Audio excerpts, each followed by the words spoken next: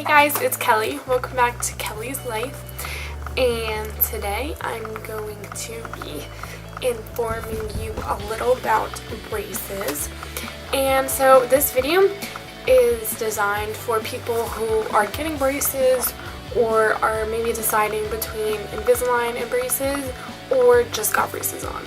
So I'm going to be giving tips on the hygiene, how my experience was, basically everything. So I got my braces on November 3rd, 2014, and I got mine off February 16th, 2016. And so there are four main reasons you get braces on for. So it's either you have crooked teeth, gaps in your teeth, overbite, or underbite. I had crooked teeth, spacing issues, which is like gapping, and an overbite, but it wasn't that bad. So your teeth could be perfectly fine, like perfectly in alignment, but you have an overbite and get them on. So it really, you can pretty much get it on even if you have like perfect teeth. Like, they just want to correct anything they can correct. And yeah, basically just remember that when you get your braces on, it's for you. Like, if you do not want to get braces, it's your choice, but I highly suggest that you do, because when you're 30, you're gonna wish that you got them on when you were like 12, 13, 14, not a 30-year-old. So basically, I highly suggest braces if you can afford it.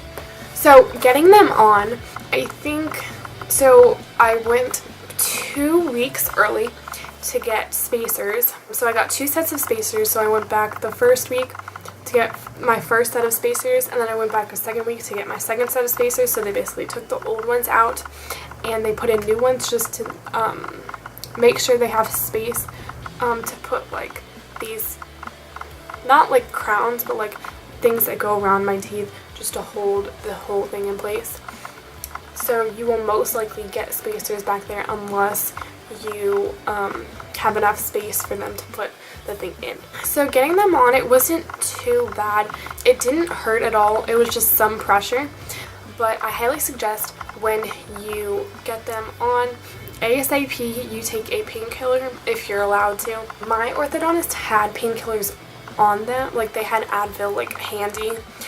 So I took 2 like right off the bat. And it didn't hurt. It didn't start hurting for another hour after. So if you're hungry, I would highly suggest eating early. So when your mouth is hurting, you're not gonna want to eat crunchy stuff, obviously, because it's gonna make your mouth hurt. I would suggest yogurt, ice cream, smoothies, anything that's smooth, anything that you don't really have to chew, anything that puts pressure on your teeth are going to hurt. So smooth foods, drinks, if you want to go on a juice diet, go for it. Perfect time. The first day I got braces, my parents brought home steak for dinner. Yeah, don't do that. If your braces are poking, or if it's at all unusual, like if you feel something poking, tell the orthodontist when you're there or call them, because I actually, one time, I had a wire, I think it didn't break, but it was like, it was too long, and it was poking into the side of my mouth, and it hurt like really, really bad. But I thought it was nothing. I thought it was just like oh, it's just because it got tightened. No.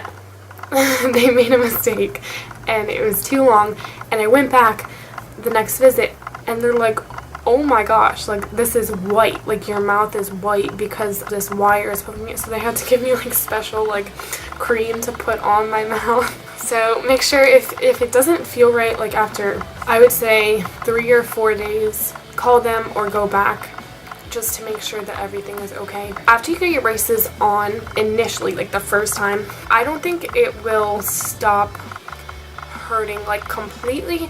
Like, this varies for people, but for me it didn't stop hurting for a week, but some people it was after like 3 or 4 days. But I think if it's longer than a week, then I would say call your doctor or your orthodontist.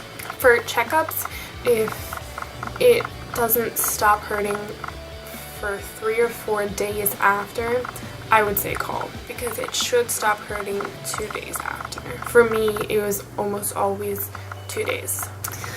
If your braces are annoying you, but you know that it's supposed to be there and they didn't know it and they didn't make a mistake, but you have to just kind of deal with it, ask for wax, not like earwax, like, no, not earwax.